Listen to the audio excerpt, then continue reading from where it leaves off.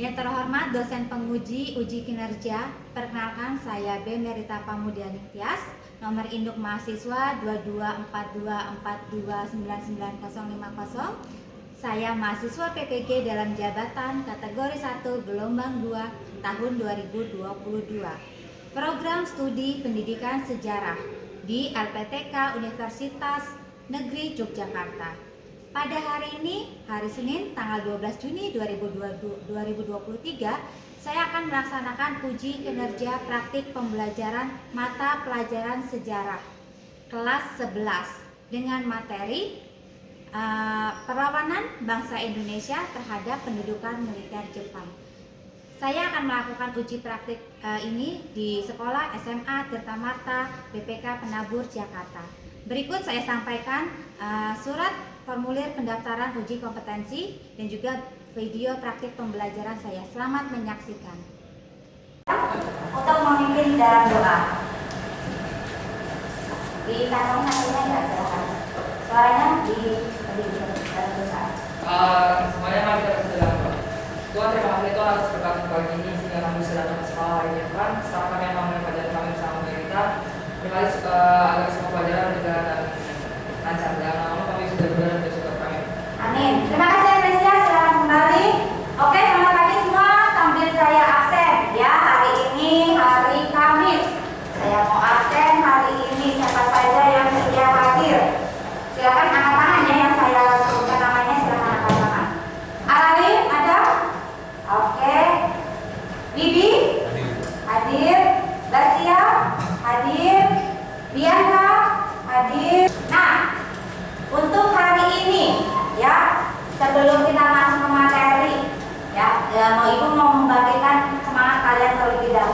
Caranya gimana? Silakan kalian semua berdiri di tengah-tengah sini. Silakan semuanya berdiri di tengah-tengah. Yuk.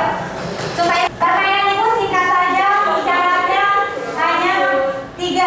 1, tidak boleh saling berbicara. Ya. Tidak boleh saling berbicara. Kalau berbicara berarti keluar dari permainan. Yang kedua, syarat yang kedua adalah tidak boleh saling melirik atau mengikuti temannya. Ya, jadi ikut pada jawabanmu masing-masing. Kalau temanmu jawab A, ya kamu jangan ikutin A. Kalau menurut kamu itu B, ya ikutin kata hatimu. Paham? Yang ketiga adalah yang melangkah kaki. Ya, permainannya apa? Permainannya adalah kalian nanti sebutkan itu benar atau salah. Tidak diomongkan di dalam hati. Kalau menurut kalian itu jawabannya benar, silakan kalian maju ke depan. Tapi kalau itu jawabannya salah, silakan kalian mundur ke belakang. Paham? Tidak bersuara. Tidak ada yang bersuara. Ada yang mau bertanya? Tidak ada, cukup? Oke, kita mulai dari yang pertama. Pertanyaan yang pertama. Nah, silakan ke depan. Yang menjawab salah, silakan ke belakang.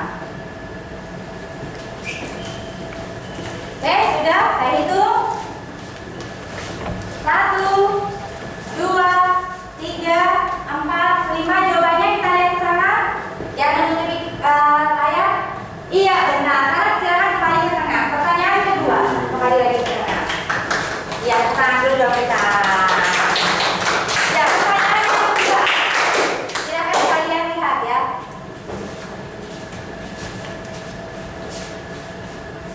Jika benar silakan ke depan.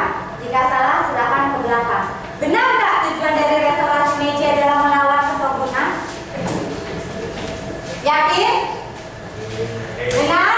Ibu nggak berbicara loh. Salah satunya kan nanti ada pergantian menjadi kaisar. Ayo, benar atau salah? Yakin semuanya menjawab salah? Saya hitung sampai 5. Kita berubah. 1. Benar? 2. 3. Gak ada yang maju? 4, 5. Jawabannya apa? Kita lihat jawabannya.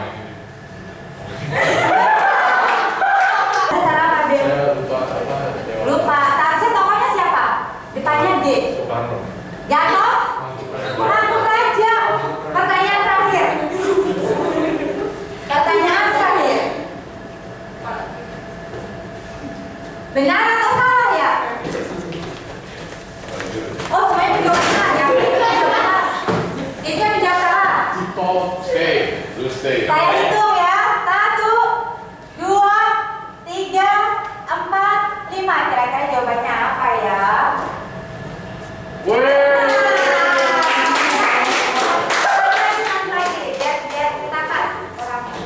Terima kasih Dicil yang sudah ikut permainan. Pertanyaan berikutnya adalah enggak, Dicil jangan, Dicil udah kalah. Oke, benar atau salah? Yang benar silakan ke depan, yang salah silakan ke belakang. Benar nggak sih melalui perjanjian ini? Ayo, salah atau benar? Salah atau benar? 1, 2, 3, 4, 5. Coba saya mau tanya sama Bianca. Kenapa salah Bianca? Seharusnya apa? Apakah iya? Iya, salah kali jadi. Satu lagi. Terakhir. Nah, ini dia. Benar atau salah? Namanya dengan gambarnya. Benar apa salah? Yang benar silakan maju, yang salah silakan mundur. Gambar dengan nama ya dijodohkan. Benar nggak gambarnya Jenderal Kuniaki Koiso itu ini?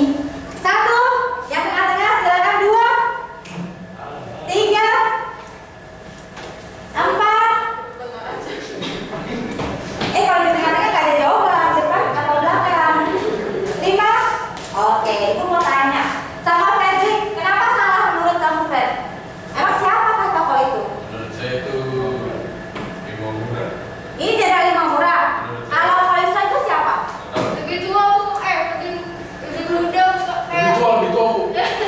Emang perannya Jenderal Imamura apa? Itu pemimpin militer Jepang, pemerintahan Jepang di Indonesia. Yang pemimpin militer pemerintahan Jepang di Indonesia. Kalau Jenderal Koiso mas saya sambil dipakai. Kalau Jenderal Koiso? Perdana Menteri. Iya, yang berjanji. Berjanji. Berjanji apa waktu itu ke Indonesia? Berjanji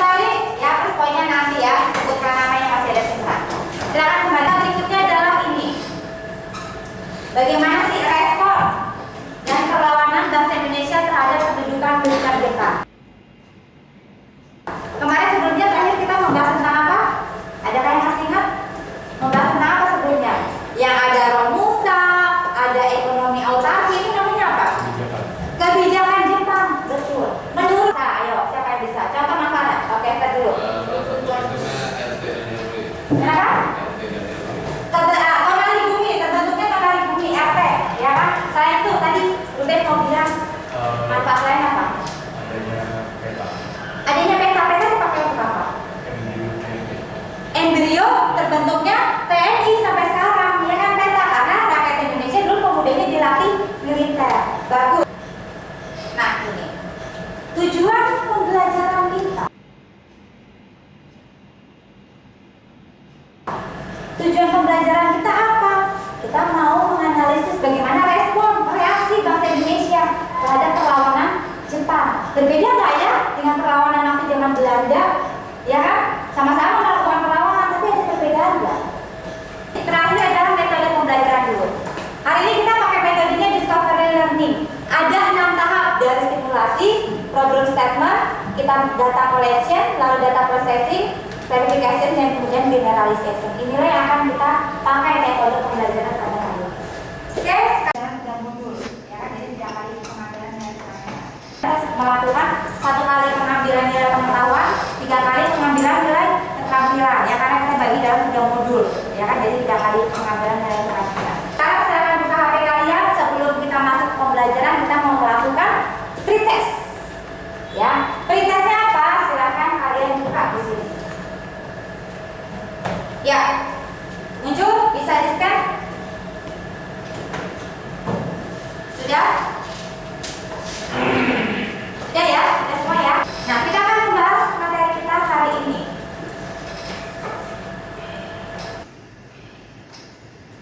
Silakan kalian melihat video berikut ya.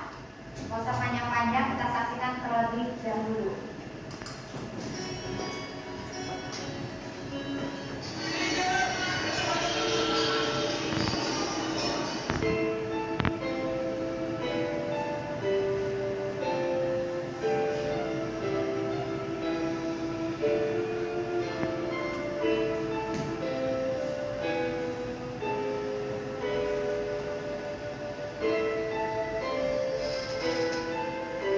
Kekejaman kependudukan Jepang di Indonesia. Jepang seringkali bertindak sewenang-wenang. Rakyat tidak bersalah ditangkap, ditahan, dan disiksa. Teman-teman, tidak hanya itu, banyak gadis pribumi atau perempuan Indonesia yang ditipu oleh Jepang dengan dalih untuk disekolahkan atau dipekerjakan sebagai perawat. Ternyata hanya dipaksa untuk melayani para kompeten polisi Jepangnya dan disekap di kampung-kampung yang tertutup menjadi wanita penghibur.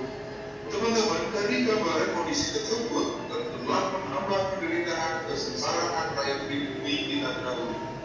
Rakyat pribumi tidak hanya diam saja, mereka melakukan siasat untuk melakukan perlawanan. Oleh karena itu, dimulai berbagai perlawanan di berbagai daerah. Perlawanan hari ini akan kita bahas ada 3 yang dilakukan oleh rakyat Indonesia. Pertama, perlawanan melalui jalur kooperatif. Ya kan? Yang kedua melalui radikal senjata. Ya kan? Baru yang ketiga nanti melalui gerakan bawah tanah atau sembunyi. Itu akan kita bahas hari ini. Nah, ini akan kalian nanti diskusikan dalam kelompok. Apa sih yang akan kita bahas? Yang akan kita diskusikan? Sudah, kita akan membagi dalam 3 kelompok, ya. Dalam kelompok masing-masing siapa aja? Silakan sambil dibuka Google Classroom-nya. Kelompok 1 di sana, kelompok 1, lalu kelompok 2, kelompok Ruben, dan kelompok 3, kelompok Fredrik. Silakan sekarang buka Google Classroom-nya. Tugasnya apa? Kalian membuat infografis. Pernah dengar infografis ya? Tahu kan infografis? Ya, pernah membahas. Kalian membuat infografis, ya kan? Kelompok Daniel Cipto berarti mengerjakan yang kelompok 1. Kelompok Ruben mengerjakan yang kelompok 2. Ya kan? Kelompoknya Fredrik, kelompok 3 yang dikerjakan. Berarti Daniel Cipto mengerjakan yang kooperatif. Ya. Infografisnya yang dibentuk adalah vertikal. Contoh infografis silakan kalian lihat di depan. Nih, ini contoh infografis, kalian bisa pilih mau pakai yang mana. Contohnya. Nah, ini contoh infografis. Ada latar belakang, ada tokohnya siapa, ambilnya seperti apa. Paham? Kalian bisa pakai Canva biasanya atau pakai Geniali. Itu contoh infografis. Bukunya digunakan dong, bukunya bisa dipakai. Bagaimana? Sudah siap infografisnya nih? Nggak mau dihapus secara mana yang bagus.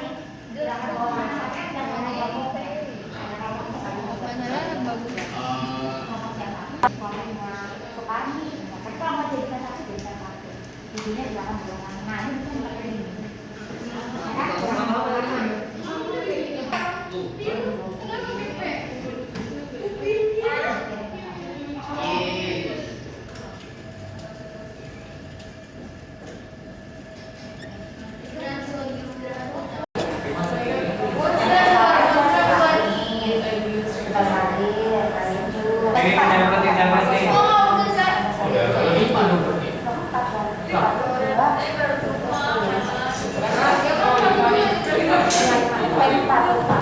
Kayaknya bukan.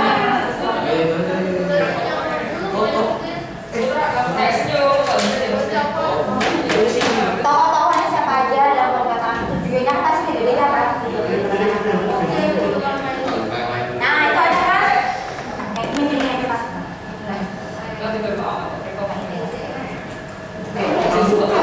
Iya, kacanya itu yang berarti. Dan ambil dari tokoh.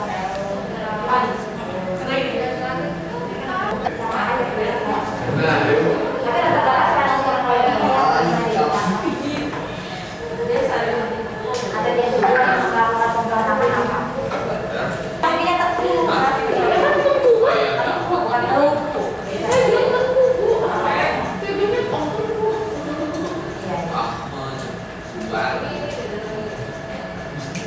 Kata namanya beda.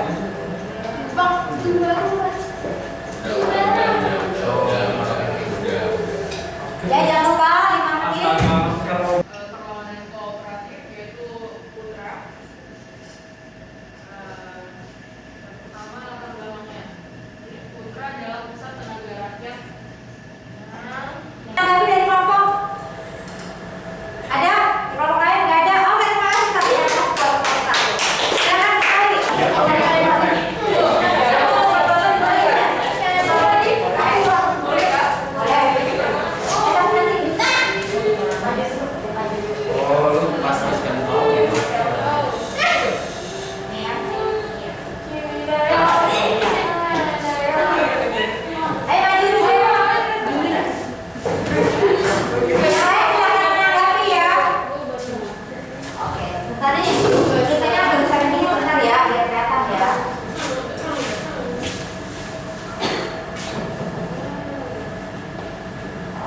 Ya, silakan dimulai.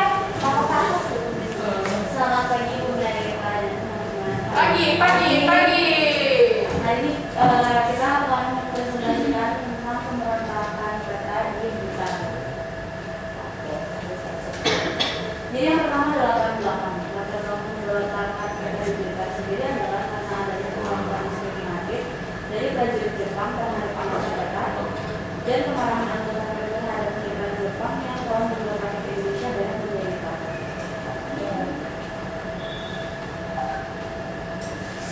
Tokoh-tokoh itu tokohnya itu ada Shodanjo Supriyadi, Shodanjo Muradi, Shodanjo Suparjono, Budajo Sutanto, Budajo Sudarmo.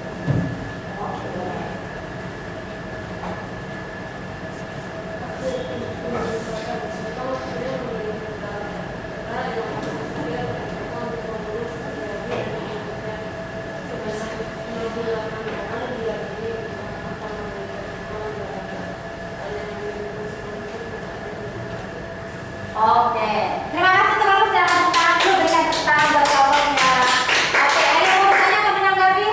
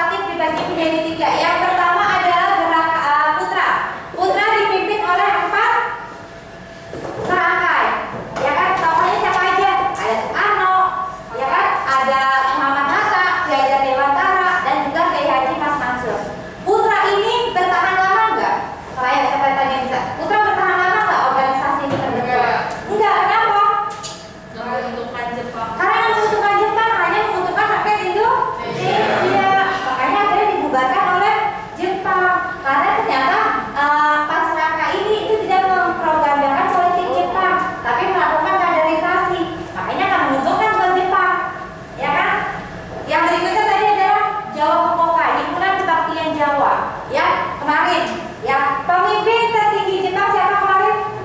Gun Saigon, ya kan? Gun Saigon yang tertinggi, ya kan, pemerintahan yang tertinggi. Nah, Jawa Hokkaido ini dibubarkan atau tidak? Tidak. Hah? Gimana akhirnya? Tetap, karena apa? Karena dia adalah salah satu tujuannya Jepang dibentuk untuk apa? Supaya rakyat Indonesia itu mau membantu Jepang melalui apa? Melalui kehidupan keagamaannya, ya kan? Supaya semuanya mau berdharma bakti kepada siapa? Kepada Jepang. Makanya tujuan dibentuknya Jawa Hokkaido. Dan yang ketiga adalah Miyai. Nah, ini ingat ya, satu-satunya organisasi yang tidak dibubarkan oleh Jepang pada masa Belanda dibentuk. Benar kan? Tapi kalau organisasi politik dibubarkan Jepang. Kenapa? Karena Jepang ingin melakukan pendekatan melalui organisasi agama. Makanya Miyai ini diperbolehkan untuk berkembang di Indonesia. Nah, Miyai ini apa kegiatannya? Besok pada ulangan membentuk Baitul Mal, ya kan? Dengan cara apa? Melaksanakan peringatan Hari Besar Islam. Tapi pada kenyataannya Miyai resmi dibubarkan, baru nanti digantikan oleh Masyumi. Nanti menjadi sebuah partai kan Masyumi, ya kan? Itu untuk yang kooperatif. Nah, sekarang ibu mau membahas tentang gerakan perlawanan Chopling. Ya, Chopling itu dari perlawanan Aceh. Tokohnya siapa tadi? Kelompok Chopling. Tengku Abdul Jalil. Tengku Abdul Jalil ini dia adalah tokoh agama sebenarnya, ya kan? Tokoh agama. Kenapa dia nggak mau tunduk sama Jepang? Apa alasannya? Kenapa Tengku Abdul Jalil mau tunduk sama Jepang? Ada yang membuka Sekere. Sekere, apa itu sekere? Hormat. hormat kepada Dewa. Hormat kepada matahari. Indonesia punya agama? Bertentangan nggak dengan ajaran agama? Bertentangan, makanya nggak mau tunduk, ya kan? Maka dari itu ketika itu karena nggak mau berkompromi dengan Jepang, akhirnya Jepang mencoba untuk menyerang desa Chopling namanya. Desa Chopling di Aceh. Berhasil nggak? Pertama nggak berhasil karena dapat perlawanan dari Tengku Jalil. Tapi di perlawanan serangan perlawanan 1-2 dipukul mundur, perlawanan ketiga Jepang berhasil. Berhasil apa? Berhasil merebut Chopling, berhasil membunuh menangkap Tengku Abdul Jalil.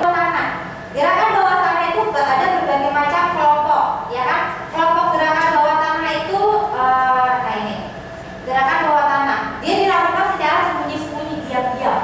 Jadi nggak seperti gerakan yang lain, ya kan? Nggak seperti kooperatif atau bersenjata, ya. Nah ini tokoh-tokohnya ada kelompok Sultan Syahrir, kelompok Kaigun, Sukarli, Persatuan Mahasiswa dan Amir Syarifuddin. Ada pertanyaan dulu sampai sejauh ini? Nggak ada? Cukup jelas? Pendidikan Jepang perlawanan bahasa Indonesia. Angkat tangan yang bisa. Angkat tangan dulu dong. Angkat tangan. Disiplin dalam hal? Apa yang disiplin waktu? Jepang disiplin nggak dalam waktu?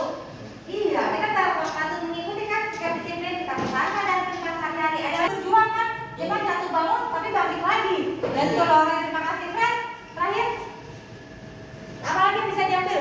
Maskernya dipakai, PK dilatih. Tadi disiplin, semangat juang. Kemarin di ulangan juga ada ya. Apalagi? Semangat? Apalagi? Perlu percaya diri. Kekompakan dalam tim, ya kan? Kekompakan dalam tim, kamu mengerjakan tugas juga kekompakan dalam tim. Kalau kita ACTS kita pakainya 3 S, T, dan komplit. Self, sacrifice, yaitu bersedia berkorban. Together, kalau bersama-sama dalam tim tadi, dan bekerja sama. Dan komplit tadi, kamu tuntas mengerjakan tugas. Mengukur kemampuan kalian terhadap materi ini. Apakah kalian sudah paham terhadap materi ini? Silakan. Sudah siap? Sudah siap ya? Kalau sudah siap, namanya nama asli ya. Menggunakan nama asli. Iya. Isi.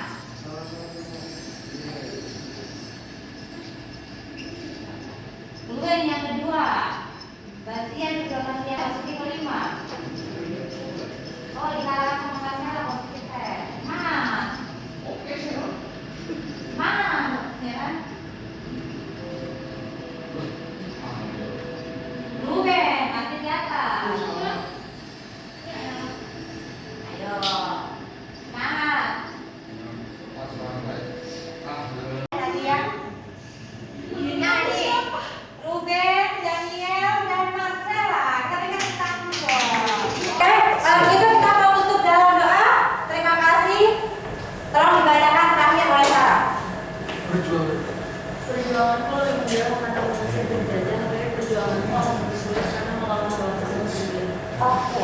Saya gitu. Perjuanganmu akan lebih sulit karena melawan bangsamu sendiri. Oke. Ini tokoh dari Soekarno. Ingat, ini tokoh dari Soekarno. Ingat, perjuangan Soekarno sudah selesai. Ketika melawan penjajah, perjuangan kamu masih nih melawan dirimu sendiri, melawan orang-orang terdekatmu, ya kan? Nah itu, ya bukan melawan dalam arti melawan kasar, ya kan? Tapi melawan yang hal tidak baik, ya kan? Mengatakan yang tidak baik, mengatakan tidak pada hal yang tidak baik. Oke, terima kasih. Cukup sampai sini. Minggu depan berarti siap-siap kita akan masuk ke materi baru. Silakan kalian bahas, kalian baca bukunya. Minggu depan kita akan bahas tentang materi barunya apa sih, gitu ya. Ada juga berikutnya. Oke, silakan sama minta tolong pimpin doa, tutup dalam doa, yaitu seperti dia tutup dalam kelas kita. Silakan kita akhiri dalam